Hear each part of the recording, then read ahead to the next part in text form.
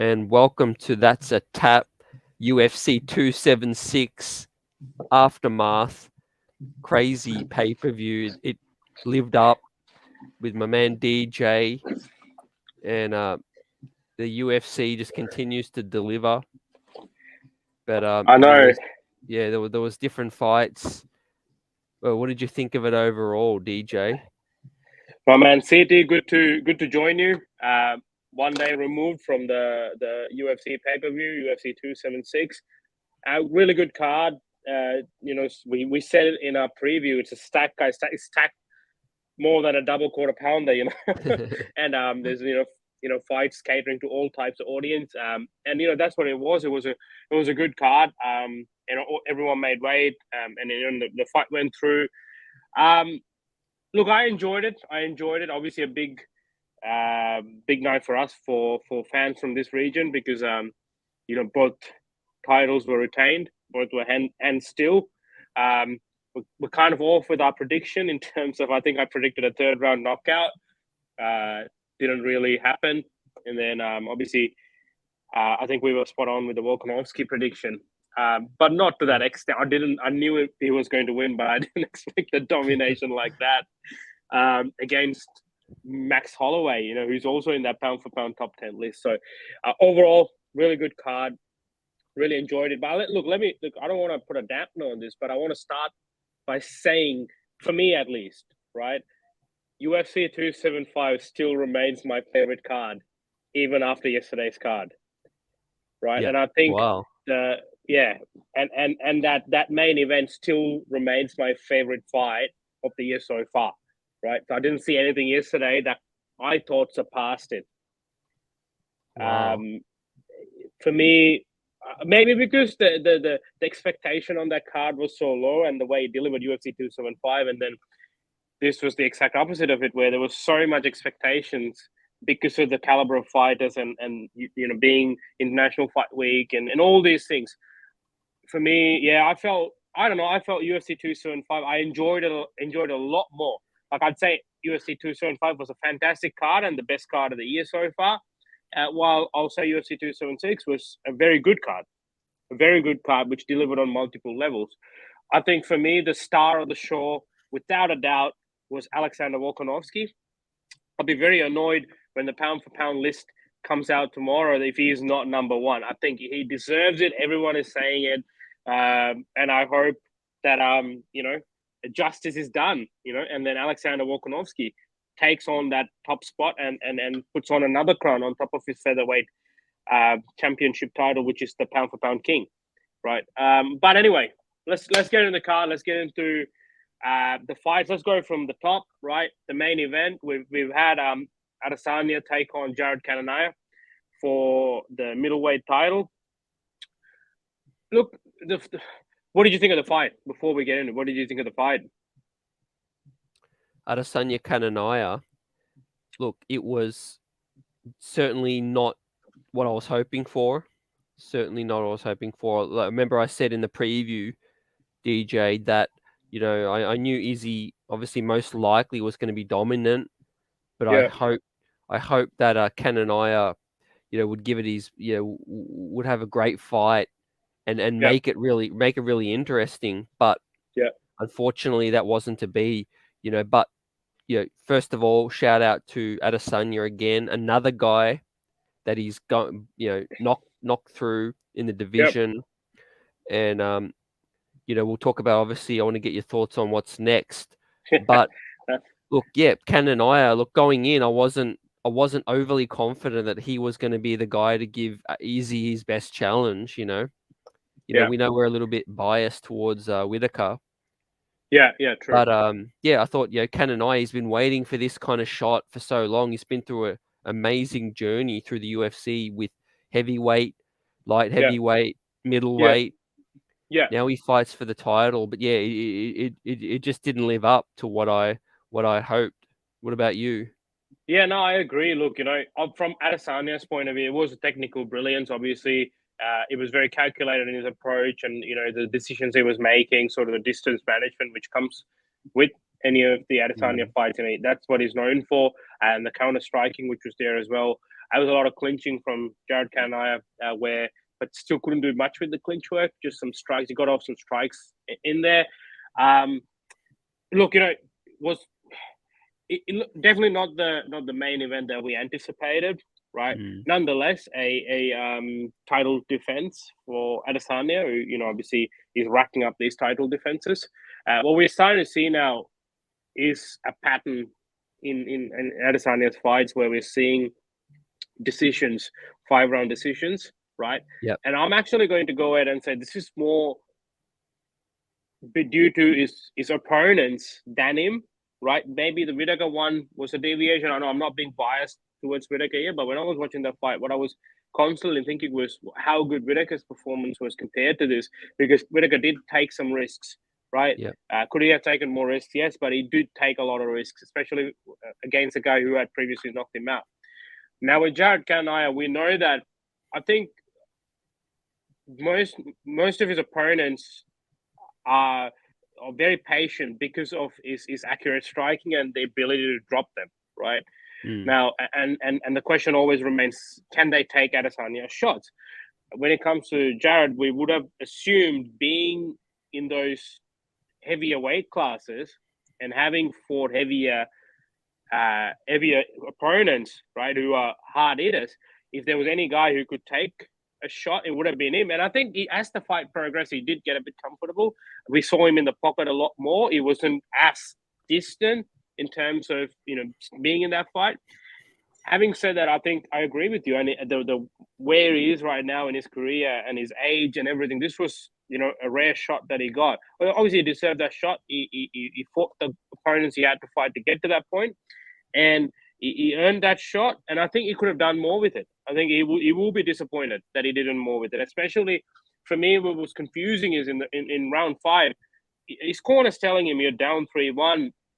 I don't think you get anything out of that clinch work, right? He was clinching him for about a minute or something on the cage, and you already attempted it so many times, and you couldn't take Izzy down. You're not going to do it, right? I mean, you can try, but if it was a more even, closer fight, but if you're going into your 5th round knowing you're 3-1, you need. I don't think it was 3-1. I thought it was 5-0 for Adesanya, right? I think he controlled the cage, the octagon a lot more better, and obviously had the more effective strikes. Again, like for 2 strikers, the number of strikes that were thrown were a lot less. Right. I mean, and also on the other side of it, what you got to see is whenever Israel Adesanya fights, there's a lot that comes with it, right? The fight week, right? The fight week antics, the press conferences, right? Israel Adesanya's sharpness on the mic. He always looks fresh and sort of, it brings a lot of energy into these fight weeks, right? And then that kind of peaks on the fight day with the walkout, right? And we got to give a special shout out to that walkout. I thought it was a fantastic walkout. Being a WWE fan, for me, like as soon as I heard the first bell, I'm like, oh, that's Undertaker. And then they showed him with the hat. I really loved it. I actually love whenever he does something with his walkouts. I think they're great. For me, a lot of people are saying it's easily his best walkout. I don't know. For me, the dance at UFC 243, that was pretty epic. But then also the one with the samurai hat for me was probably the best because of how it felt, when he walked out. Anyway, again, a great walkout. So all this kind of build up to the core or the main part of the whole process, which is the fight, right? So fans tend to expect that same sort of output in the fight as well. And unfortunately, that may not have been the case this time. And even looking at the past few fights, again, like I said, like it's more on his opponents to do a little bit more than the champion, right? At the end of the day, his job is to win, which is what he's doing and which is what he's been doing, right? Look, nonetheless, title defense, right? He retains the title. The post-fight call-out, Alex Pereira was there, cage side. He came back out to watch the fight. I think it was brilliant because that kind of establishes and solidifies that he is the one to fight for that fight, the title against Adesanya. I'm actually all down for that fight, man. I think it's going to be a fantastic fight, especially after the performance he had with Sean Strickland. I don't understand what Sean Strickland was trying to do, what his game plan was. He's tried to stand there with his hands down as well against one of the best strikers in the UFC, and then he, obviously got a bit complacent. I thought Alex Pereira was waiting for the opportune moment, saw it, pounced it, and knocked him clean out, man. Like, I mean, that was as good a performance as ever. I think if Volkanovski was the star of the night, I feel like Alex Pereira had the performance of the night for me, to be honest. And yeah, look, brilliant. There's a big storyline too, right? In an outside organization, he's fought and defeated Adesanya twice. The first one, albeit controversial. Second one, again, a fight that he was winning, Adesanya that is, and then obviously got caught. Nonetheless, goes has 2-0 against the challenger. So going into this third fight, it's got this beautiful story arc, which I'm keen to see how it plays out. And look, looking at the guy, right? Looking at the guy and the way he's a kickboxer, very similar to Adesanya. They're both the same height, 6'4", right? Reach, everything kind of it balances out, right? So there's a lot of intrigue, and I think after a while we're looking at, well, is this because whenever you have a dominant champion, most of the time the boredom for the fans comes from the fact that not seeing the champ challenge enough, right? And I feel with Alex Pereira, he we may see someone who will come and challenge that, because he's not afraid to stand and strike. He'll not be afraid to do what he wants to do, right? And look, it will then bring about that excitement. And we know with Israel Adesanya, whenever his back's against the cage, he rises to the occasion, right? I think he knows that he probably wants to look.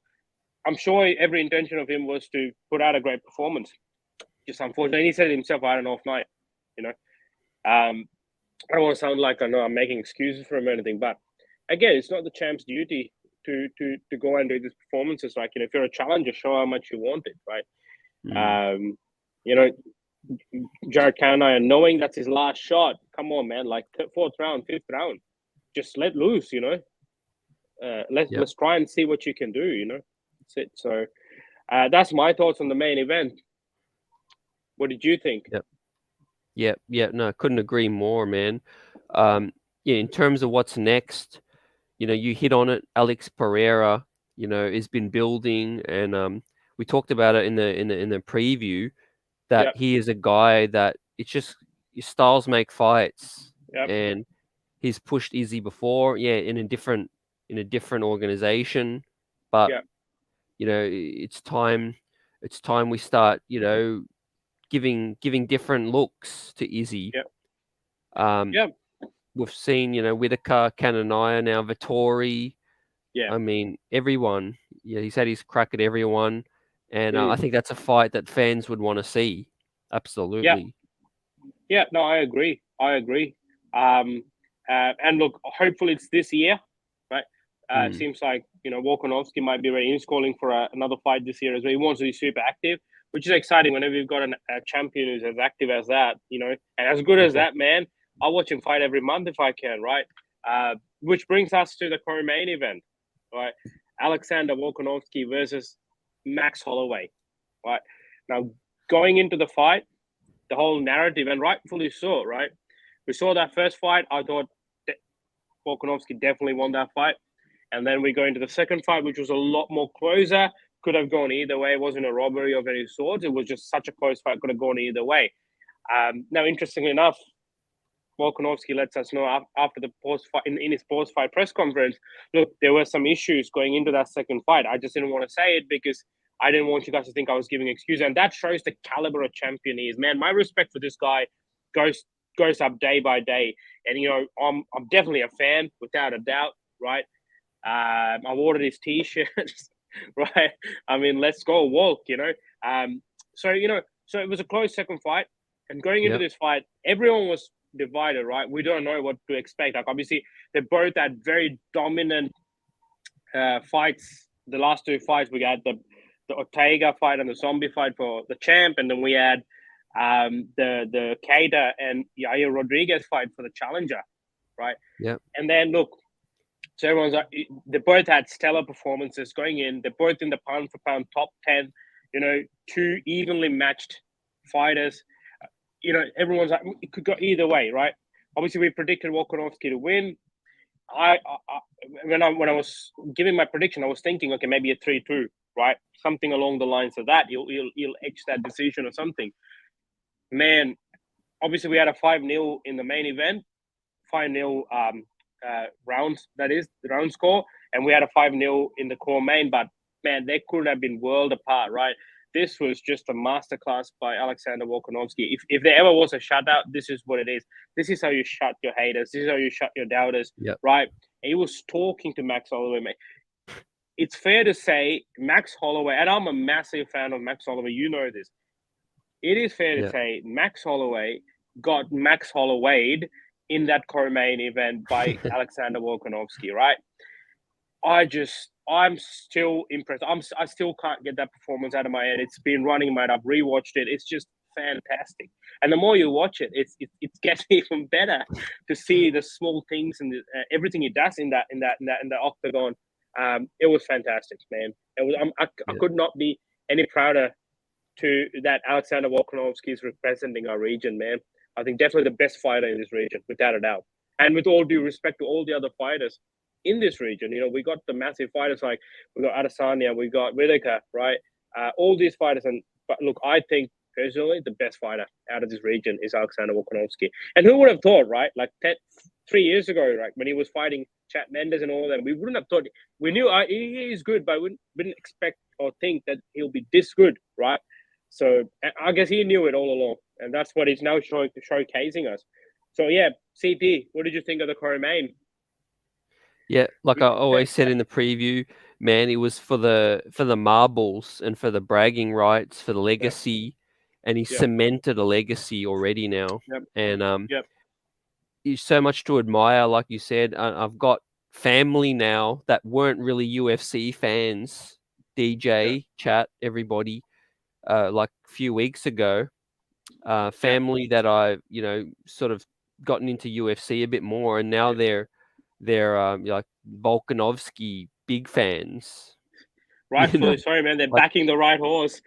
They tuned into the pay-per-view just to see him, and then picture someone new like who likes Volkanovski just getting into it, and they witness a domination like that. Performance, man. Well, I'm still in disbelief. How do you do that to Max Holloway? Like, you got to think of the caliber of the opponent, right?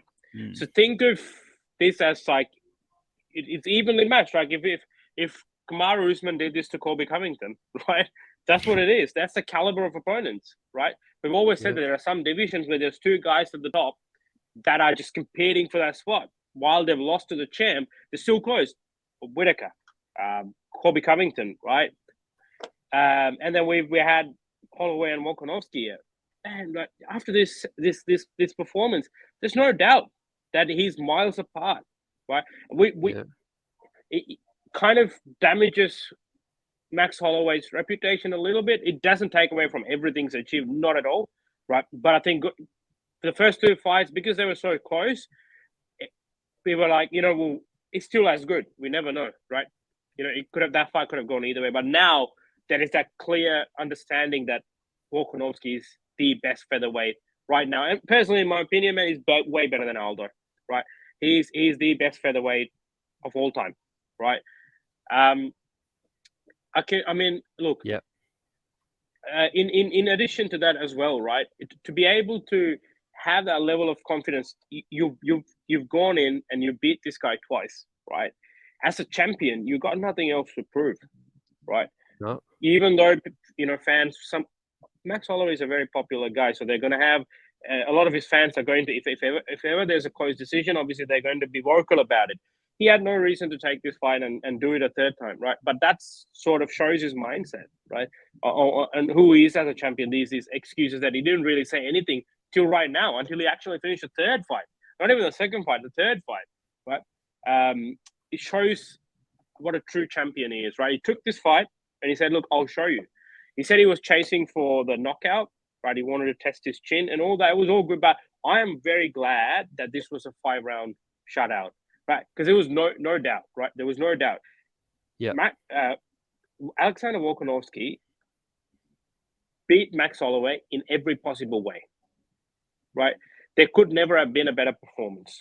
Simple as that. And in International Fight Week, right? For me, Alexander Volkanovski is the number one pound for pound fighter right now in the planet. And look, I could get a lot of hate for this, but if Alexander Volkanovski and Kamaru Usman were fighting in that same any weight class or in the same weight, Alexander Volkanovski will beat Kamaru Usman. That's my take, right? So, and for me, I feel that puts him on that pound for pound, right? I think now it narrows it for me personally. I look at that pound for pound list and I think Volkanovski definitely number one, and then you got Usman. I actually would put Charles Oliveira, and then Israel Adesanya, and then obviously Francis, and so on and so forth. Right? I will see. It'll come out tomorrow. I'm excited to see it. I think everyone's calling for that. So here's the money question, CT. What's next for Alexander Volkanovski? Oh, throw me under the bus. He had an interesting call out. Yeah. Look, what's next? I love what he said, and I think it's on point. He has to do what has hardly or rarely been done, which is go for the two divisions now. Yeah. And he's capable of winning, right? That's the thing. I mean, I love that call. I think before this fight, I wasn't really sold on, because I honestly didn't think he would beat Max Holloway the way he beat him, right? There is no doubt how good he is. Regardless, there shouldn't have been, and I apologize for that, but yeah, no doubt. He's fantastic. I knew he was going to beat him, but I just, like I said, I didn't expect this much of a margin. So look, now for me, I'm more excited that double champ fight than anything else, right? I can't see anything as exciting for him in featherweight, right? I know Ortega and Yair Rodriguez are fighting this month. Well, if Ortega wins, we've already seen that fight, right? And it's just going to go the same way. So I just really don't want to see it again. We got Yair Rodriguez, who obviously is a fresh challenge for Volkanovski. Again, I think Volkanovski's miles apart. Right, miles apart, right? Yep. And then you look at 155, right? Before I was very, very excited to see. I still am. Don't get me wrong. I was excited to see that Charles Oliveira and Islam Makhachev fight, right? Yep. And I'm going to go ahead and say I wanted to see Charles Oliveira defend his title against Islam Makhachev because I feel like he shouldn't have lost it. Now, I'm actually more excited to see Charles Oliveira versus Alexander Volkanovski. And this is the level of belief he has in himself, and this is how good he is. He said, look, whoever, like, if it's Makhachev, then I'll fight Makhachev, regardless, right? Yeah. Now, an interesting thing to note. Okay, before we go to that, CT, you tell me, who do you prefer? If right, I feel like Dana said, before this fight happened, if Volkanovski wins, and I'm happy to do whatever this guy wants to do, right? So that bodes well for us, and I'll tell you why. Because he's a massive advocate of bringing a fight card here, right? And he made a valid point. He said, "I've not defended my title in home soil. Imagine being the number one pound for pound fighter and not being able to defend in your home soil, right? Where there's tons and tons of fans, right? So that'll be good for us." And the second one is that he's asked for this double champ fight. And I feel like Dana will make it. Now, if he were to make it, right, here's my question. Would you prefer him to fight Charles Oliveira, or would you prefer him to fight Islam Makhachev? Charles Oliveira. Yeah. Straight out. Look, Islam Makhachev would be actually, it's hard to say which guy would be more difficult because Volkanovski's last few fights have been stand-up game. Yeah. So to fight Makhachev, we're really going to have his wrestling put to the test. Yeah, I agree. For me, the only reason I feel a fight could go anyway on any given day. I feel Alexander Volkanovski has every skill set needed to beat either one of those guys. Right. The only reason I'm saying Charles Oliveira is because Charles Oliveira has got a lot of hype behind him right now. Right. If you look at his resume, the people he's knocked out or finished, Dustin Poirier, Justin Gaethje, and all these kind of names, right? Michael Chandler, and then you go in, right? You fight a guy like that, and it just makes that fight all the more legendary, right? Whereas there's that question still hanging over Makhachev's head. Like, he hasn't still fought top opposition yet, right? Yep. So, and also it doesn't make sense when Charles Oliveira is guaranteed the next shot for the vacant title, as they say. You can't really do it between Makhachev and Volkanovski. And I don't think Volkanovski has to wait or do a number one contender fight. He doesn't have to. He's shown enough to know I can go straight in and fight. So I think Charles Oliveira fight, I would love that. I think, look, here's and towards maybe the end of the year, like an interesting thing that happened. I don't know if you noticed in his post-fight press conference, he said he actually broke his hand or his wrist. So there is that healing time period as well. So I don't know how much that's going to impact this matchmaking, right? Because he's not ready to go straight away, is he? So he's got like about 6 months. Depends on the recovery time. We want him to be 100%, especially when you're going upper weight class. You're looking at some tough guys. You're going into the best division in the UFC. Right? You're going into a division of killers. You want to be 100%. So I think, if anything, the only way this gets delayed is if that injury takes longer to heal.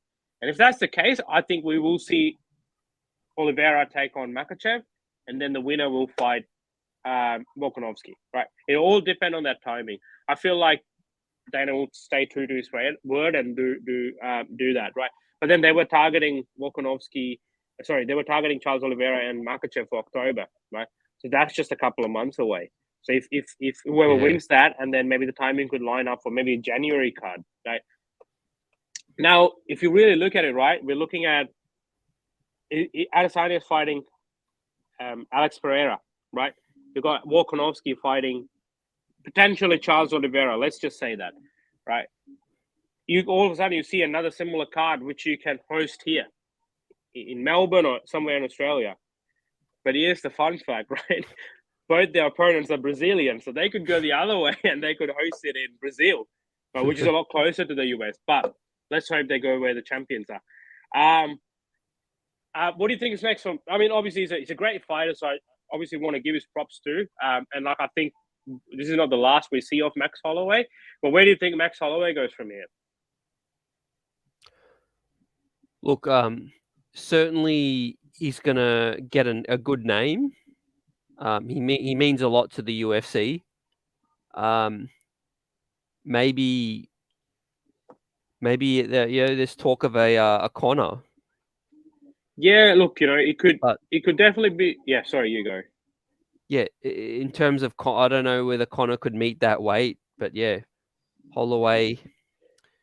Yeah, Holloway is someone who's got. This is a problem, right? Like, if Alexander Volkanovski stays a champion, I think if he chooses to stay at 145, he will remain as champ as long as he wants. Right? Obviously, everyone is beatable, but I think with the work ethic and his mindset, I just don't see anyone beating Volkanovski there, right? So if he remains a champion, there is no argument for another fight. No matter how good Holloway fights, it will be very hard to convince the public and the UFC to say, well, we can make a fourth fight. I just don't think so, right? Yeah. So if that's the case, right, what happens for Holloway? I mean, is he going to be a gatekeeper for that division, right? But I think Max Holloway is one of those guys similar to the Conor McGregors, the Adesanyas. They've got that name value, that superstardom where they're bigger than a championship, right? Yeah. Like the Nate Diaz's, right? So I think we will probably see Max Holloway. I think we will see him take some time off. Right? Obviously, copped a lot of damage, right? I haven't seen Max Holloway's face like that since I think maybe when he fought Dustin Poirier, right? Yeah. I think he'll take some time. He'll heal up. I think he'll revisit a few things. I think he needs to sort of slow down a little bit in a sense and go back to sparring and all those kind of things. Because one of the issues was the timing. I felt like his timing was off. He couldn't really land the strikes he intended to, right? So sparring, you need that sparring to be able to keep yourself sharp. Maybe not to the extent we obviously know he doesn't like it, but maybe at least a little bit, right? And then I think when he's ready to come back, I think he should come back to some fun fights, right? We've got the Conor fight there as well. There's so many other fights. I think he's got a tall frame. I think he's still a 145. I don't think he's a natural 155. We saw the size difference when he went and fought Dustin Poirier, right? Having said that, Dustin Poirier also puts on a lot of weight after his weight cut and goes all the way up to almost 170. So, So yeah, look, there's still a few options for Max Holloway, but I just don't think in 145, if Volkanovski remains the champ, I just can't see him become the champ. Even if he builds himself up, I just can't see that case for the fourth fight, right? If Volkanovski vacates this title and goes on to a different division permanently, then obviously we will see, depending on where Max Holloway is, we might see him fight for a vacant title. But that's a long way away. But look, still, again, he's a legend. What he's done, it's amazing. That performance against Kaida will always be spoken about. So, we wish Max Holloway all the best. Yep. I mean, look, we touched on the Strickland fight. Like, I thought Strickland was quite silly in that sense. I think he knew what he had to do, and I think he knew the danger. But I also think that's just the type of fighter he is. He just walks forward, and he likes a guy who loves to fight, right? I think he's taken the loss well. I think he's not giving an excuse, which is amazing to see, which is refreshing to see. He gave Alex the props, Alex Pereira, and then look, I'm kind of glad Alex Pereira won, because that then sets up this Israel Adesanya fight. So that's a good fight. I mean, did you catch the Robbie Lawler Brian Barberena fight? I missed that one. Yeah, man, that got fight of the night, I'm sure, and rightfully so. It was, again, a back and forth fight. Oh. Very similar to, not to the extent of the Yuri Glover fight, but there was a lot of back and forth. Like, at one point, Robbie was cruising, and then Barberena turns it around, and then starts pouring it on Robbie, and then obviously puts him away. But it was a good fight, non-stop action, kind of salvaged the start of the main card after the whole IPOC debacle in the main card opener between Sean O'Malley and Pedro Munoz. So look, definitely a good fight. I don't think Robbie Lawler's done. I think he's just probably needs to be smart with the fights that he picks. Right? I don't think he should go in with these young guys. Obviously, one thing we saw was he fatigued. Right, that played a big part. So I think he should be very very smart in the fights he picks. That's pretty much it. That brings us to the main card opener, another much anticipated fight, right? Sean O'Malley versus Pedro Munoz. Everyone was talking about what happens when he meets a top 10 opponent. Can he stand with them? Can he do what he's been doing to these other guys, to these top 10 opponents?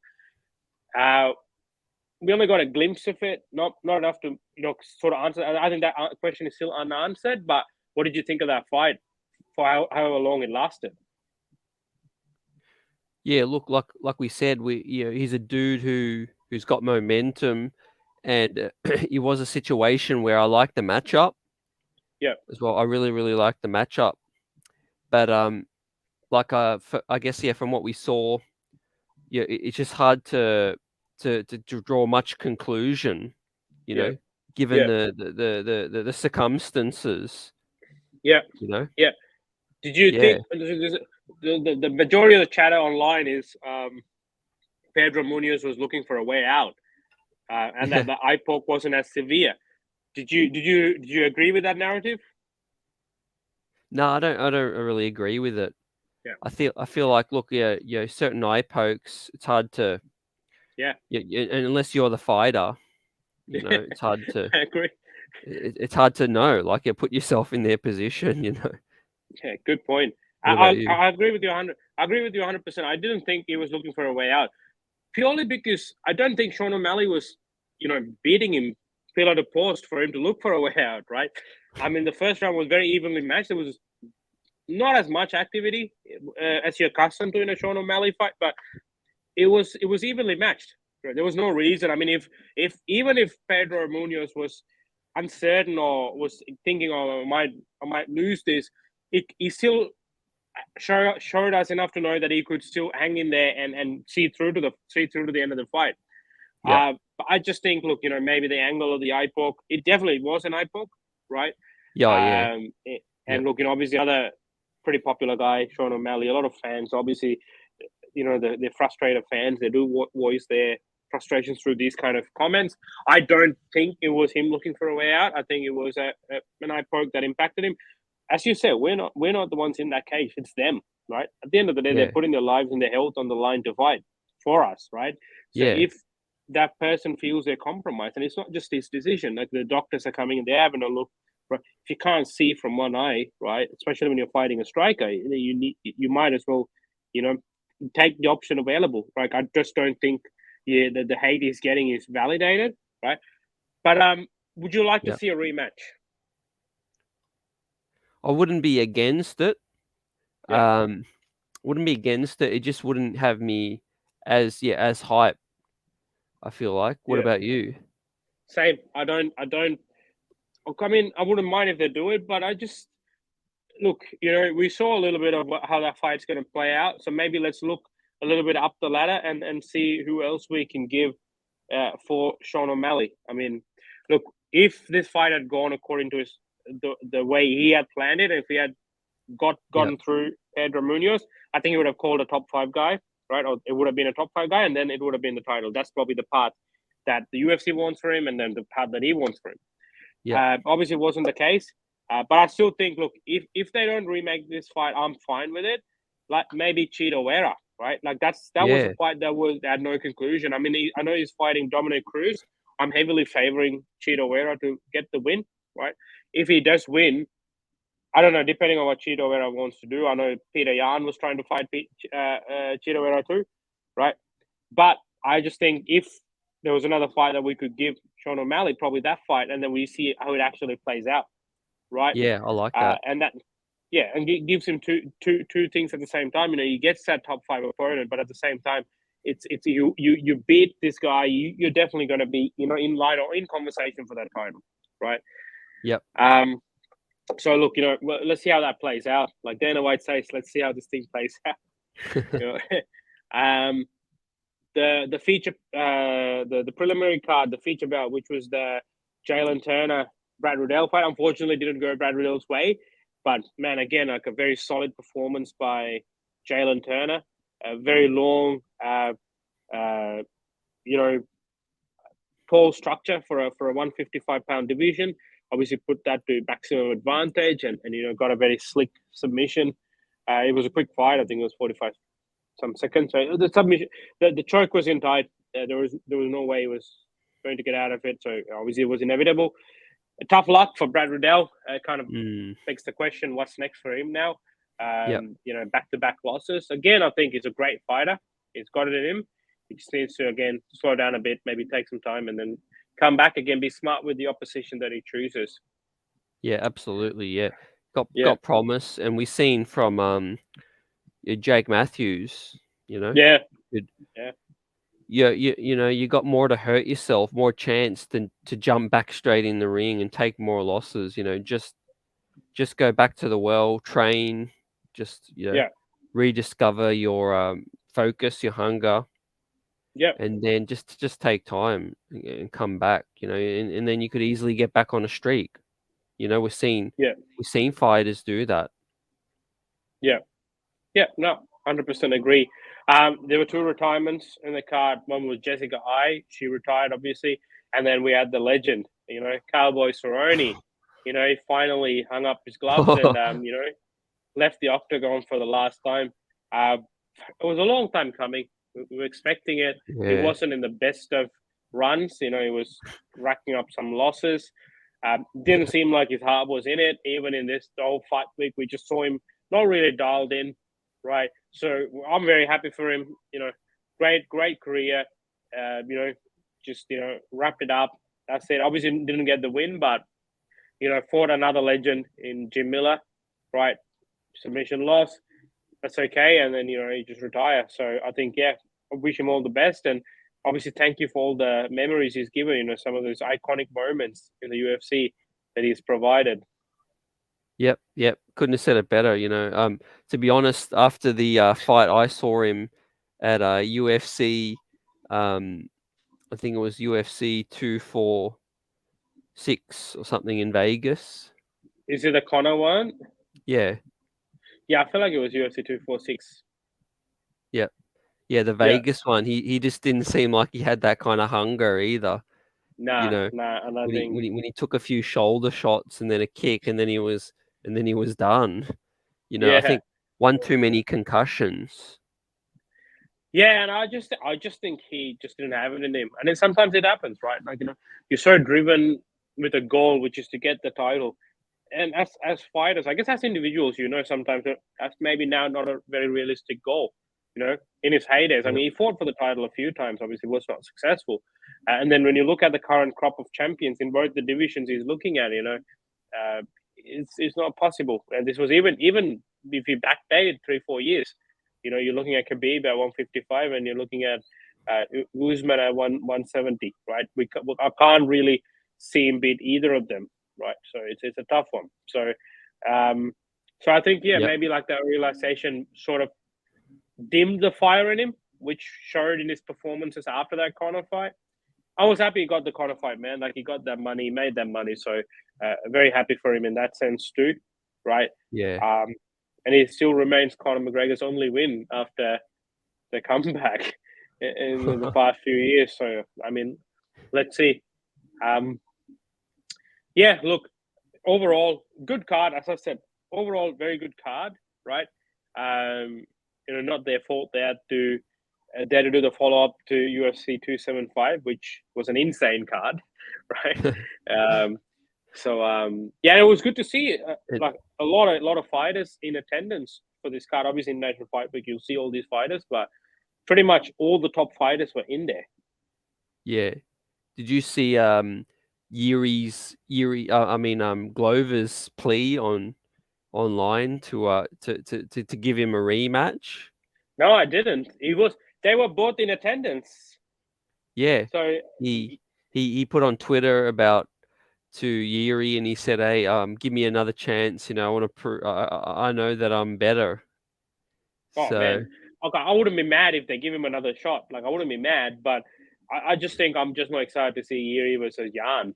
You know, yeah, because I can't see the Adesanya fight happening anytime soon. I don't see him going up anytime soon. I feel like he's going to be fully zeroed in on Alex Pereira, rightfully so. yeah, So yeah, look, I'm keen to see the Jan fight, Jan Blachowicz versus Yuri for that sense. But look, if they give him a rematch, I wouldn't be mad either. I just can't see the rematch going the same way though. That's all. I could be completely wrong.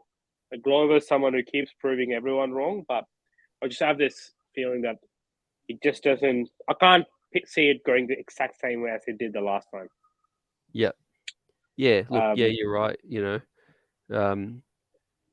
Yeah, I guess he's sort of feeling somewhat because of his age, man. yeah, look, He he might be thinking, oh, look, I want to get back in there. yeah, could be, or could be, one more shot at the title. If he fights a contender and loses, then that title dream kind of drops off, right? Yeah, Because if he doesn't, then at least he's still fighting for the title, still, right? And he has a 50% chance of winning it. More than that, if you ask me, because he was winning that previous fight, right? If you go by that theory. Let's see. Look, that's again another division that's starting to play out.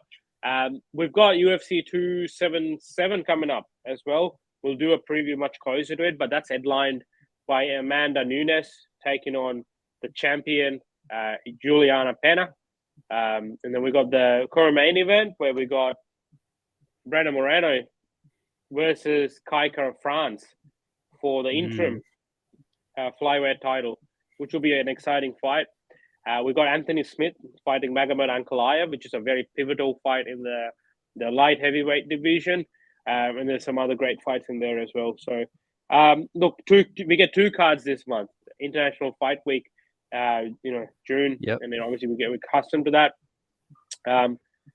Look, anything else that we need to add? Anything else that we need to touch on from this past card, or anything that's coming up? No, I guess I just want to say, every pay-per-view as we go, it sets things up a bit more clearer. Yeah, yeah, Like we said, we had Volkanovski clear his way. yeah, Let's see pound for pound whether he goes number one. But he's definitely, if he doesn't get that immediate title shot at lightweight, he's going to, be one fight away from getting it. yeah. The winner out of Oliveira and Makachev. Makachev, yep. But then obviously Adesanya paves the way for him for what's next. So yeah, every pay Yeah, per view where yeah, whether guy's dominant or he loses, it sets yeah, things up. So yeah, yeah, really looking forward to. It looks like these guns were going to get one more big fight this year because we're only in July. July, yeah. So Yeah, I yeah, think they'll probably fight again in November, December again, I'd say. yeah, yeah. I would like to think that we'll see another fight from the both of them, Adesanya and Volkanovski. Look, they're both dominant champs, and they're like they're the rightful champs, right? They're clearing out the division, right? They're the rightful champs. So to be able to see that's amazing, right? And I think we do see that fight. I think interesting you throw that November date out because November is the MSG card, right? Traditionally, another occasion where UFC likes to stack their fights is the Madison Square Garden card, right?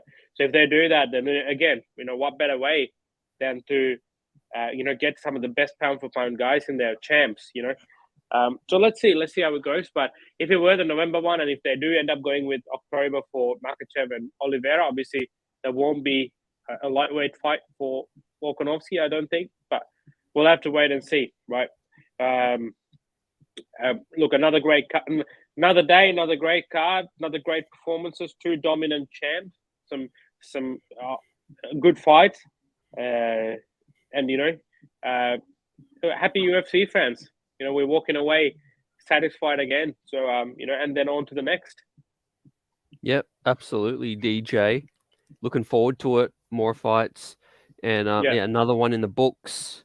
Obviously, monumental wins for two dominant champs, and steamrolling their way through, a division and then on to the next. So, with this episode, that's a wrap.